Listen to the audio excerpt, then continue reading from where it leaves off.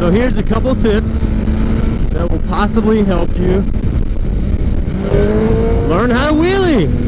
Alright, so today I'm going to give you guys a few tips on your wheelies based on a lot of questions I get from my part 1, 2, and 3 on how to wheelie tutorials.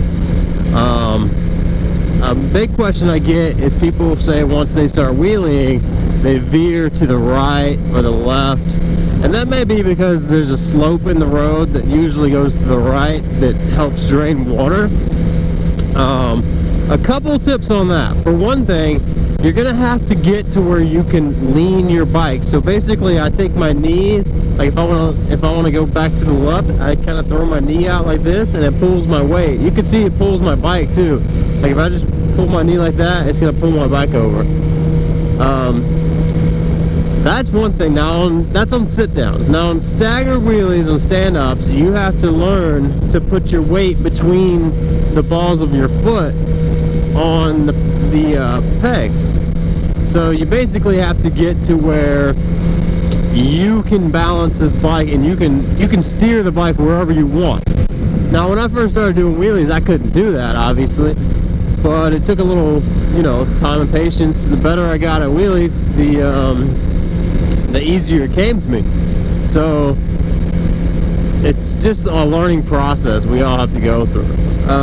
Now the other tip for that is tire pressure. Tire pressure is a big thing because the basic concept is that the higher tire pressure you have, the more of a peak your tire is going to have. Like if you can think of a full-blown tire, it's going to be like real pointy at the bottom, which means you're riding on a really thin patch, right? Now if you have a more deflated tire, now you don't want to go like ridiculous and have like riding on a flat tire unless you're stunning it a lot, but some of those guys run like 15 psi, maybe lower than that. Now I personally, I run 30 in the rear and 32 in the front, and I think my tires actually say that they're rated for like 44 psi. So there's no way I'm ever gonna ride at 44 psi. Now every time I get new tires put on my bike, the dealership, they always put it at that higher tire pressure, and I think that's to seal the bead around the tire, which is totally fine because I ride home, I let it sit overnight, and then I usually drop my tire pressure down the very next day. Like I said, 30 in the rear, 32 in the front. That works best for me. You got to find out what works best for you. Now that works good for me on twisties and on doing wheelies. Now if I were to lower the tire pressure down even more, like say if I went down to like 25 in the rear, my wheelies would probably be even more steady, but it would be a little bit harder to steer the wheelie. So it's just something you gotta figure out for yourself.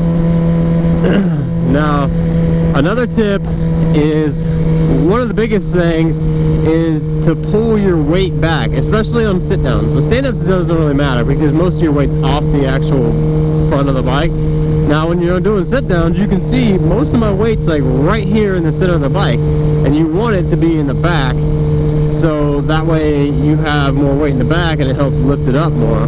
These people, what is that guy doing?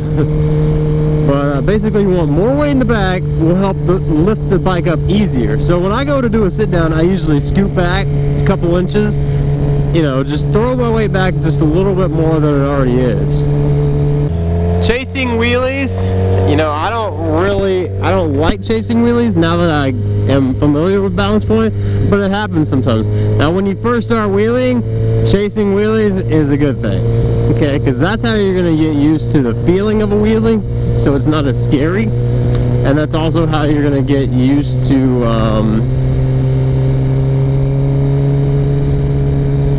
like actually having the bike up in the air, which it is a scary feeling if you've never done it before. So like when I first started, it was pretty sketchy, but that's just me. I'm just trying to give you guys some tips that I think will help you. Bouncing the front like this, that helps a lot, especially like in a higher gear where you don't have as much power. So like first gear, obviously, like most bikes will wheelie fairly easy, okay? Now say second gear, on like a 600 or even like my 750, you don't really need to bounce it too much. But when you get up into like 3rd gear, or I know some guys wheelie in like 4th gear on leader bikes. I've actually never tried a 4th gear wheelie on this bike. I've only done 2nd and 3rd. I've done 1st like when I first bought it, just to get the feeling of it. But I highly don't recommend 1st gear unless you have a lower power bike or you're just learning how to do the wheelie, because 1st gear can get you easily off the ground and help you get familiar with that feeling. So yeah, bouncing it, basically you're compressing the suspension down, and then as it comes back up naturally, you're going to man, how did I get a green light? I didn't. It's still red. But you're going to compress it down, and then as you clutch up, you lift. And you kind of like pull on the handlebars a little bit. And all that with your weight back and you're pulling on the handlebars, your bike should come up fairly easy. And one of the biggest things I stress so much to many people when they ask me, you know, I'm trying to wheelie, it won't come up, this and that.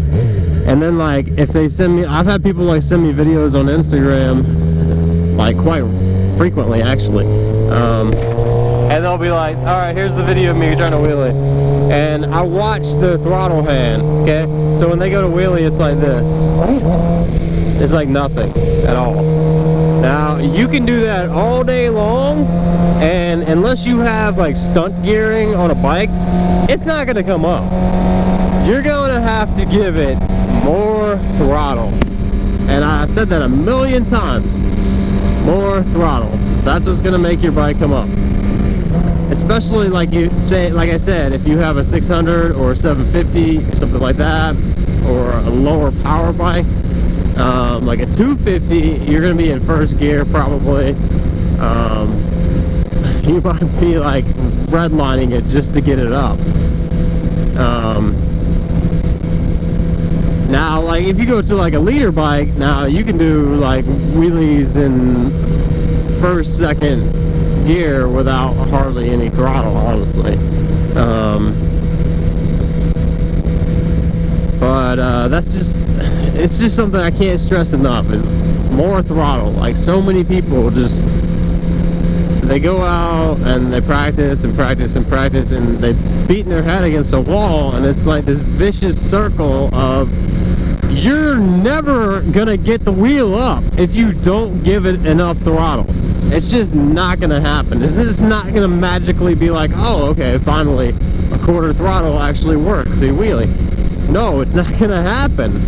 And I had to learn this the hard way, because I was afraid myself to loop the bike, which, you know, that's most people's concern, is looping the bike. I'll tell you what, okay, covering your rear brake is great and all, but if you're not familiar with actually using that rear brake in a panic, the easiest way to let a wheelie come down is to let off the throttle. And granted, you might like slam down and hit the forks pretty hard, but it's better than, you know, I'd rather bust a fork seal than loop my bike.